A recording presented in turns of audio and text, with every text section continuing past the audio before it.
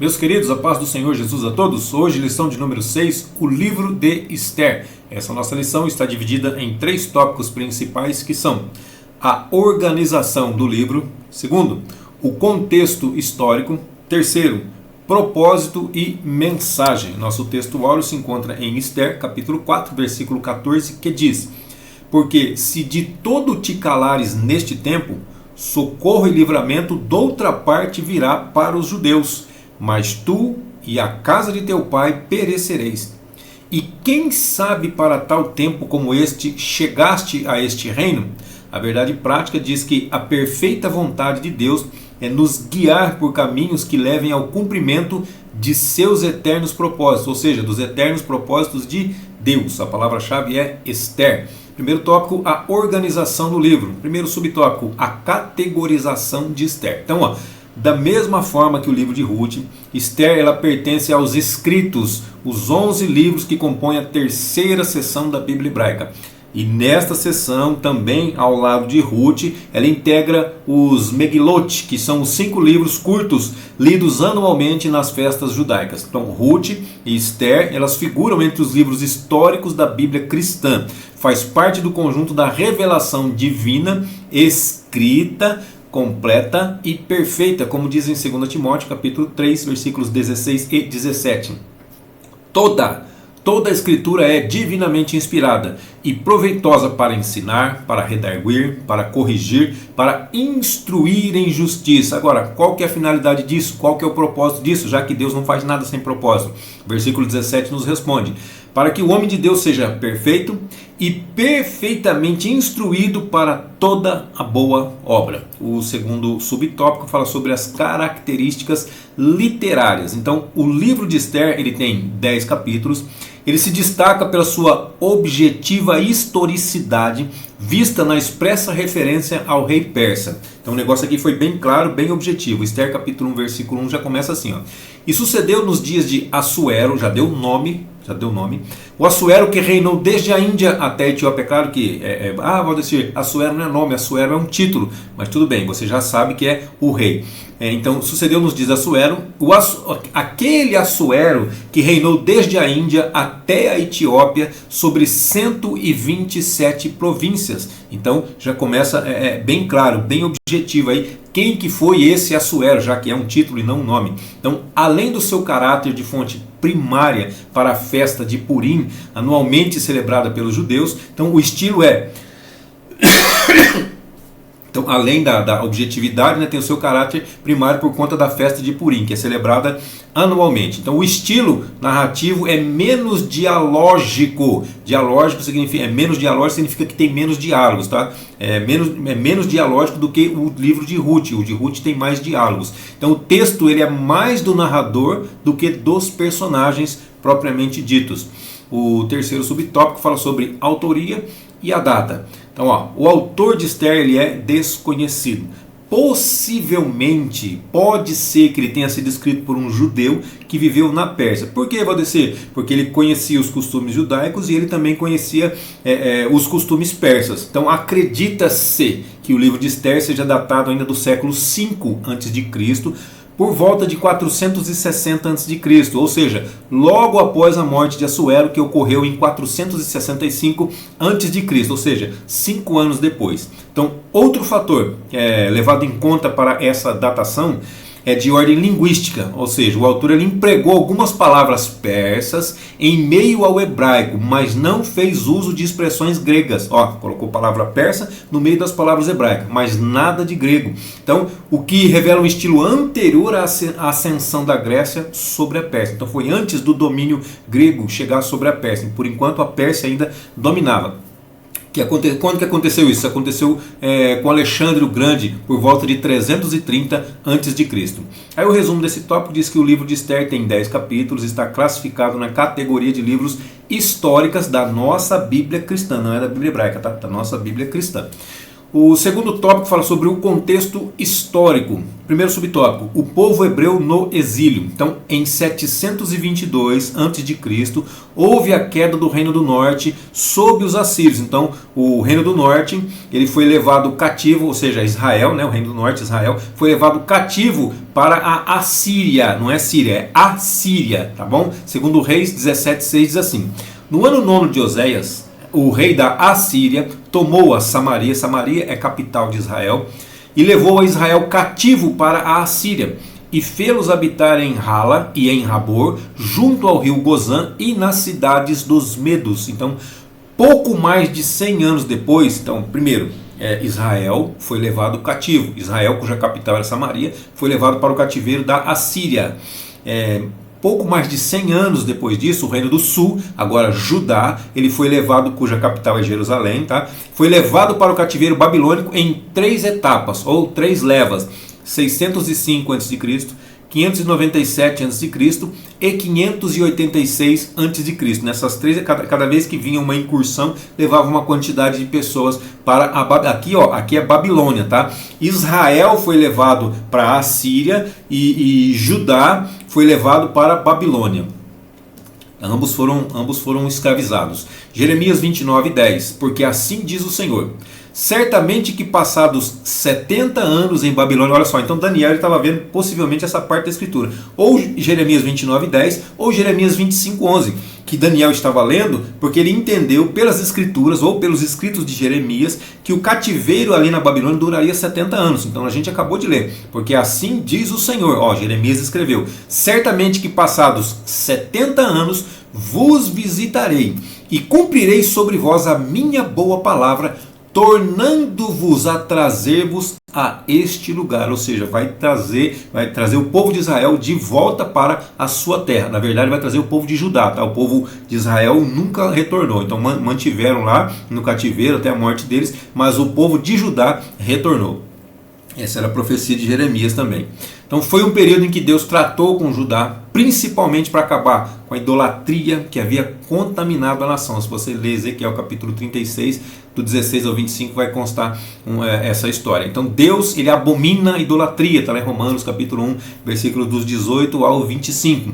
Por isso, em nossa vida, nada pode ocupar o lugar que pertence a Deus. Qualquer coisa que tome o lugar de Deus na nossa vida é chamado de idolatria. Então, se o filho, se o cônjuge, se familiar, se o emprego, se o estudo, qualquer coisa que tome o lugar de Deus na nossa vida é idolatria. Então Deus tem que ocupar o primeiro lugar na nossa vida. 1 de João capítulo 2, versículos do 15 ao 17 diz assim: não ameis o mundo, nem o que no mundo há.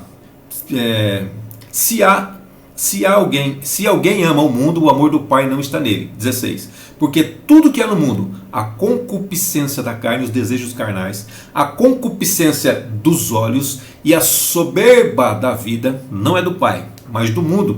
E o mundo passa, e a sua concupiscência, mas aquele que faz a vontade de Deus permanece para sempre. O que ele está dizendo aqui? Não ameis o mundo, nem o que no mundo há. Não ame o mundo, não ame o sistema mundano, não ame as coisas que existem no mundo acima de Deus. Deus tem que ser adorado, Deus tem que ser louvado, Deus tem que ser o primeiro lugar, ocupar o primeiro lugar na nossa vida. E ele está dizendo, não ame o mundo, porque o mundo é passageiro, o mundo vai passar, as concupiscências, os desejos carnais, os desejos dos olhos, a soberba da vida, tudo isso vai passar, tudo isso vai ficar aqui. E nós que estivermos em Cristo, vamos subir juntamente com Ele para encontrar Jesus nos ares, tá vendo? Então é importante que nós não amemos o mundo, como o próprio João está dizendo, não ameis o mundo, nem as coisas do mundo, não amei.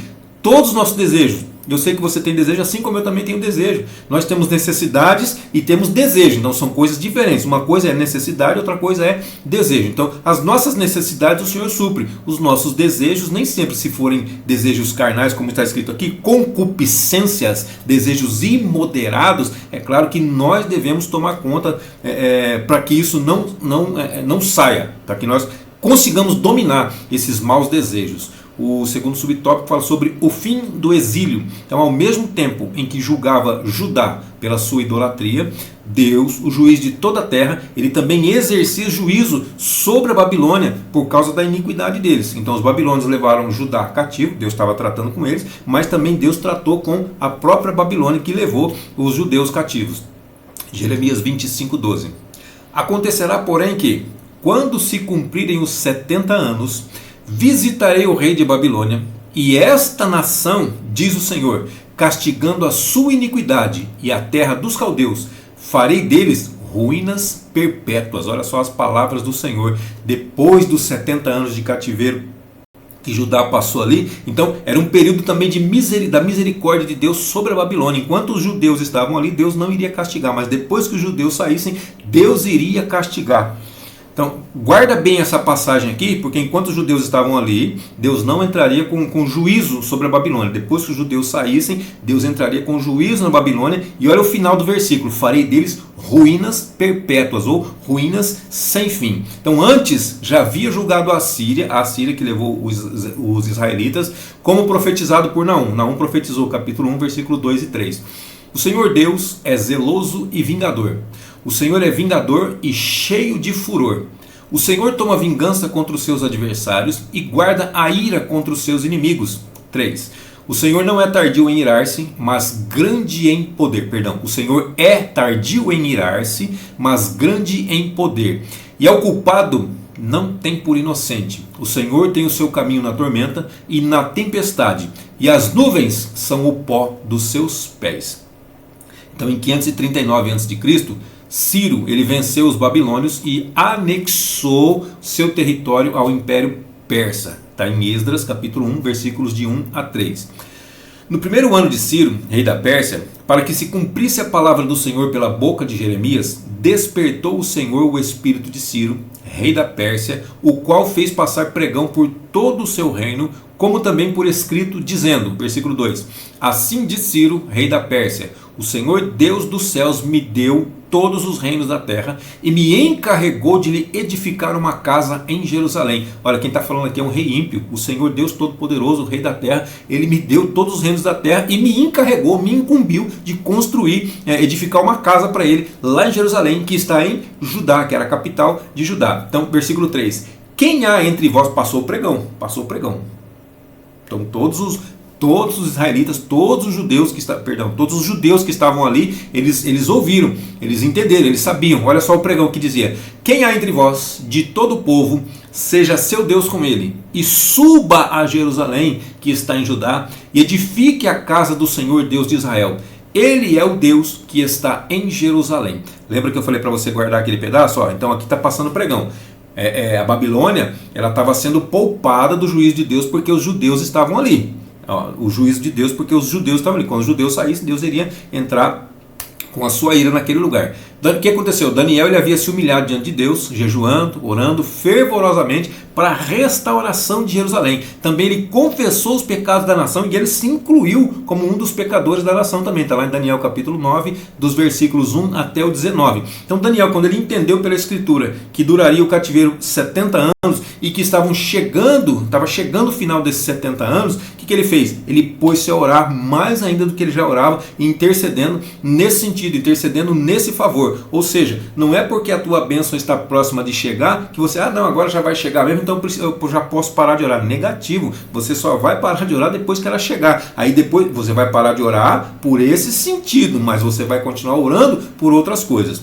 Segundo Crônicas, capítulo 7, versículo 14, diz assim: E se o meu povo, que se chama pelo meu nome, se humilhar e orar, e buscar a minha face, e se converter dos seus maus caminhos, aí então, somente então, eu ouvirei dos céus, perdoarei os seus pecados e sararei a sua terra. Então, se é uma condicional. Se o meu povo, aquele que se diz, que se chama pelo meu nome, se ele se humilhar, se ele orar, se ele buscar minha face, e se também ele se converter dos seus maus caminhos, aí sim, Deus vai ouvir, Deus vai atender, Deus vai perdoar, Deus vai sarar. Então, agindo assim, nós poderemos ter uma vida quieta e sossegada. 1 Timóteo 2, 1 a 4.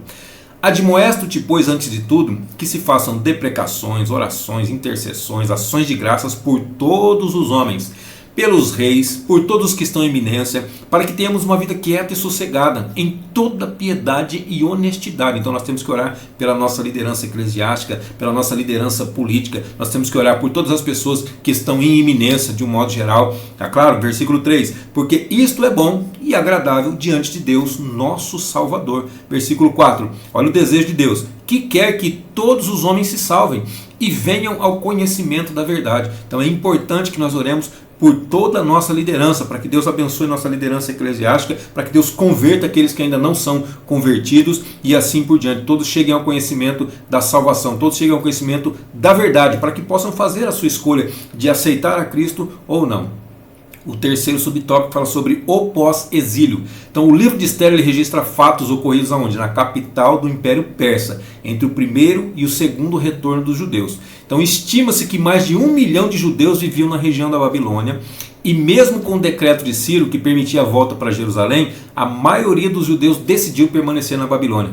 Cerca de 1 milhão de judeus, ou mais de 1 milhão de judeus estavam ali, irmãos. E olha só, pouquíssimos deles quiseram voltar. Olha a quantidade.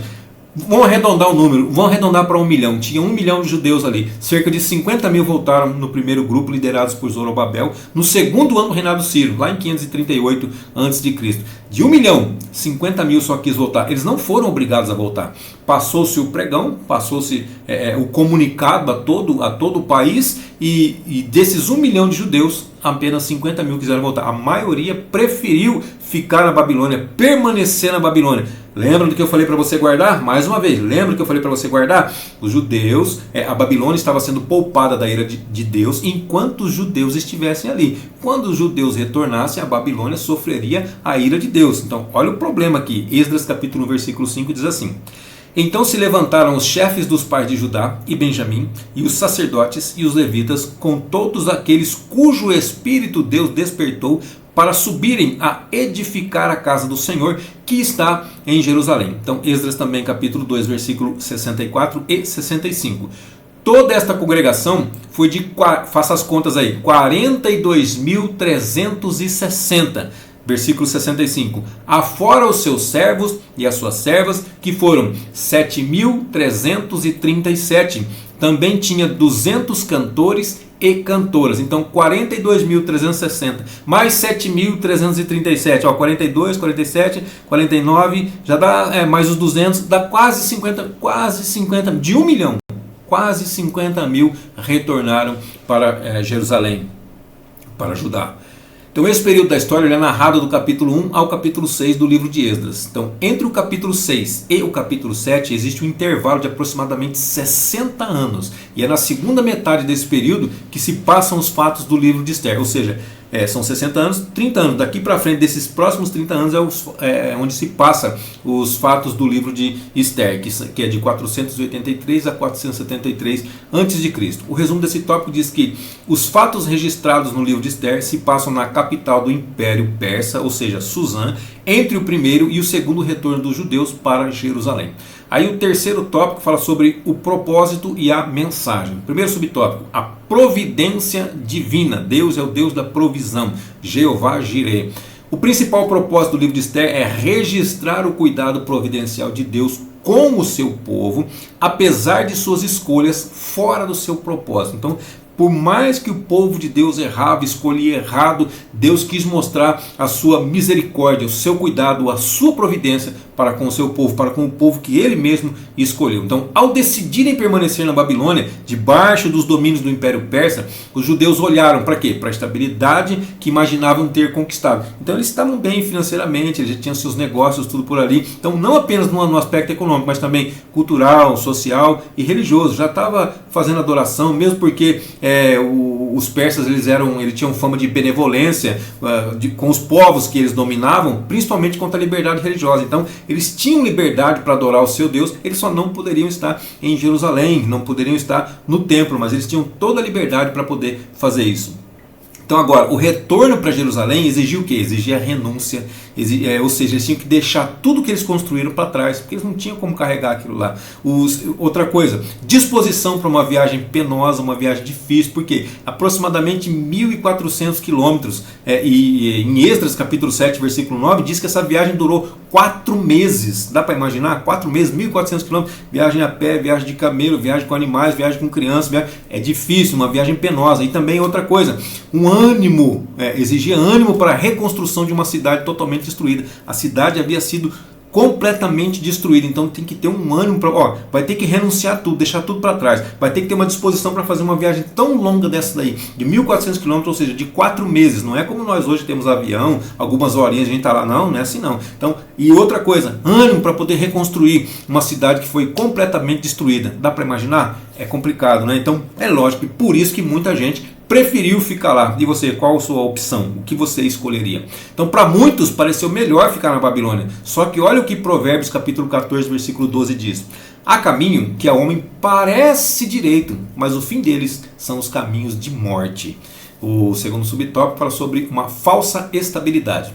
Então, Esther transmite a mensagem do perigo de confiar nas falsas estabilidades que o mundo oferece e parecem ser mais vantajosas. Parece que é mais vantajosa. Parece, só parece. Então estava tudo indo muito bem em Suzã, até surgir a ordem de extermínio total dos judeus. Está lá em Esther capítulo 3, dos versículos 7 a 13. Então a falsa segurança já foi embora. Estava tudo bem, tudo normal, tudo tranquilo, ganhando dinheiro, cultuando a Deus. Mas aí aparece um decreto de morte para os judeus. Olha só, acabou, a paz já foi embora, ou a falsa paz já foi embora. Os judeus dependiam novamente da intervenção divina para sua sobrevivência. O livro de Esther nos mostra Deus agindo mais uma vez, agora no grande e poderoso império persa. O Salmo 118, versos 8 e 9 diz assim: é melhor confiar no Senhor do que confiar no homem. É melhor confiar no Senhor do que confiar nos príncipes. É melhor confiar no Senhor do que qualquer outra pessoa. Isso não é versículo, isso eu que estou complementando aqui, tá bom? O terceiro subtópico fala sobre a festa de Purim. Então, o livro de Esther ele tem como propósito também registrar a instituição da festa de Purim, que ela foi ordenada por Mardoqueu depois do grande livramento que os judeus receberam. Então, houve um decreto de morte, mas também os judeus receberam um livramento por parte de Deus. Pensa bem, eles não quiseram ir embora, eles ficaram ali na Pérsia, não foi isso? Ficaram ali, Deus ia entrar com juízo naquele lugar. Então, antes de Deus entrar com juízo, Deus ainda tentou de alguma outra forma ajudar o seu povo. Tentou não, Deus ajudou o seu povo, mesmo eles estando decretada a morte dele pelos próprios persas. Purim é o plural da palavra pur, e pur significa lançar sortes. Então, conforme Esther capítulo 3, versículo 7, Ramã, que era o inimigo dos judeus, ele lançou sorte para fazer o quê? Para fixar, para agendar uma data para o dia da morte dos judeus. Então, a festa ela comemora a frustração desse plano diante da providência divina para a libertação do povo de Deus. É isso que acontece. Então, lançou sorte, Ramã lançou sorte, agendou a data, na data Deus deu livramento para o seu povo. O resumo desse tópico diz que o propósito do livro é registrar a providência de Deus com o seu povo.